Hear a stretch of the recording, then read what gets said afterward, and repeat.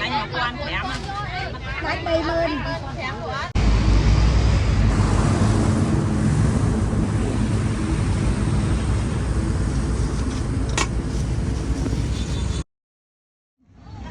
Sao còn đáng à? Và tinh tế.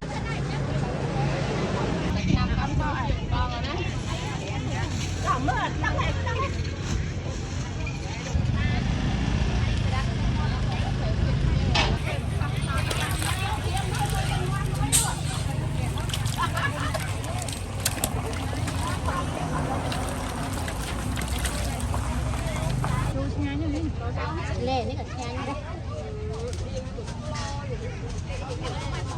Bây giờ tinh ngoan tinh tê rất là Lê từ từ.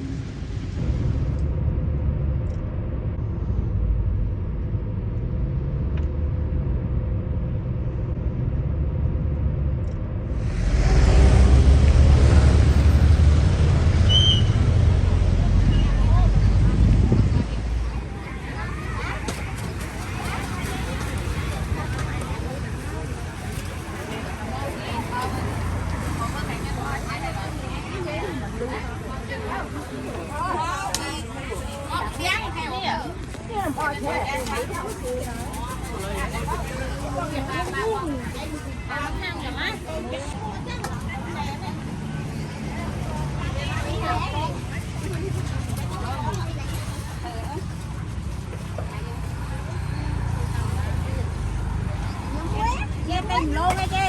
Tình lô quá.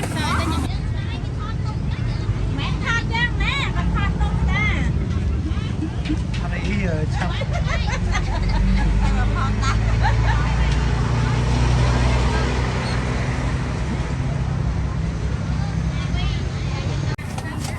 Cái đó cũng mặt chơi tinh, mặt tham lý. Thấy cho bạn nhặt trẻ chứ như thế.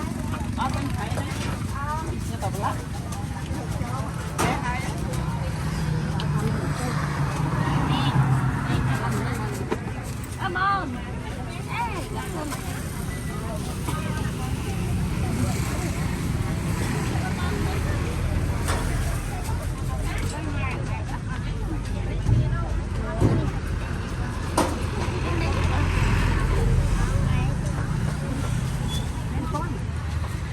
Còn chung.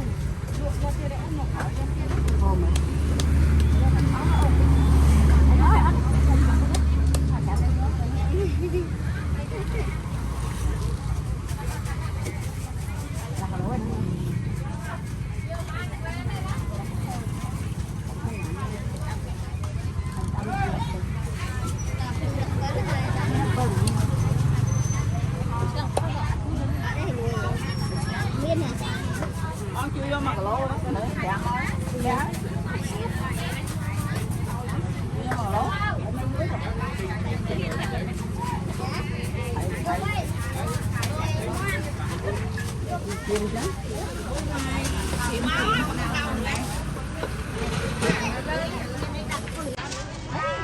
Bay mơn một bài. Bay mơn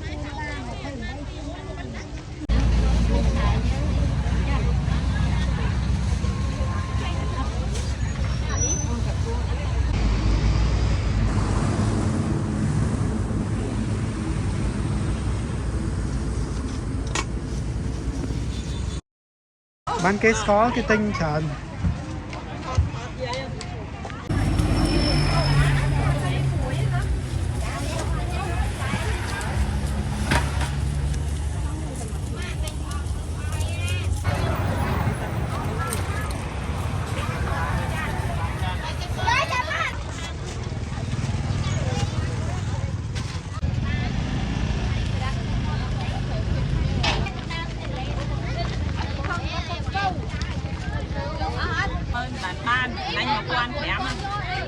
30,000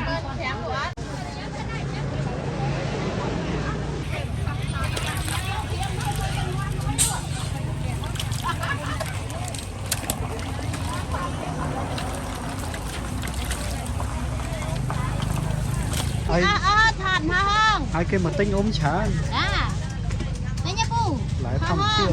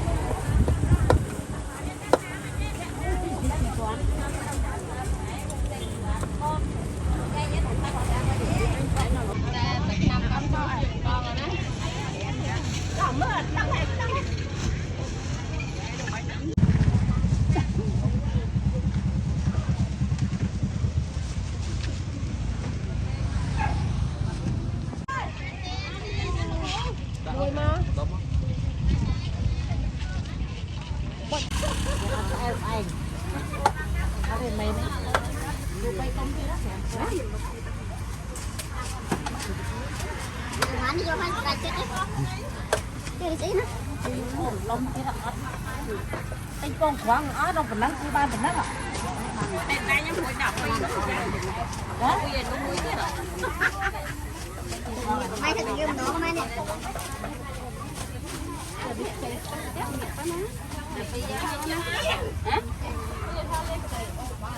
Đi quan thèo ơi. Quan thèm. Xây việc tập kênh máu nhé. Ở trời. Hả? Má ơi. Dạ đây xem thầy ạ.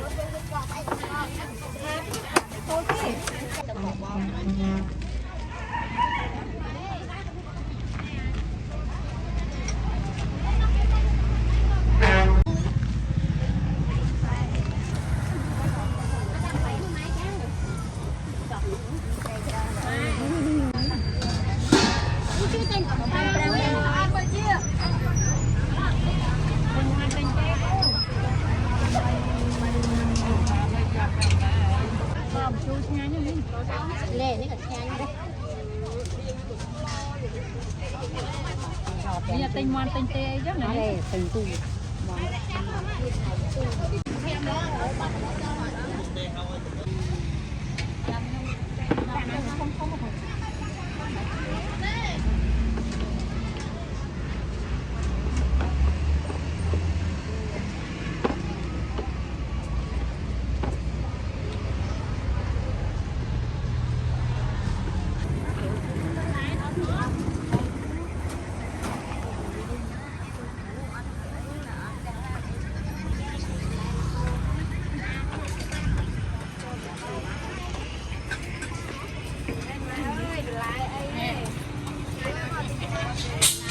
Ra đồ vẫn ăn à. Bình phục cái này không? Mang đây em ăn mà.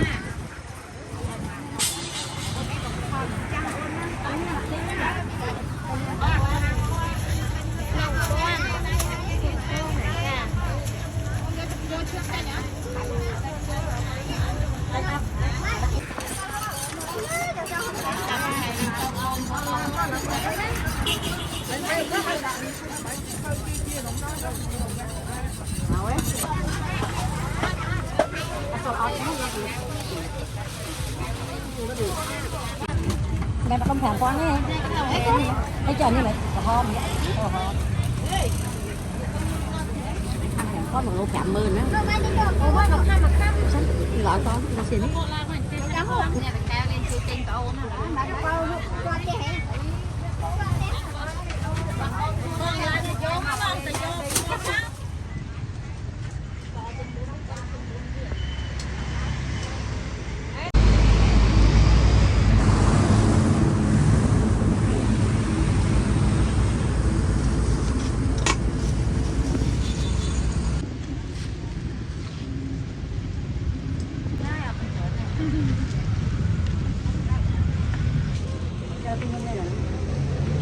Kim cốm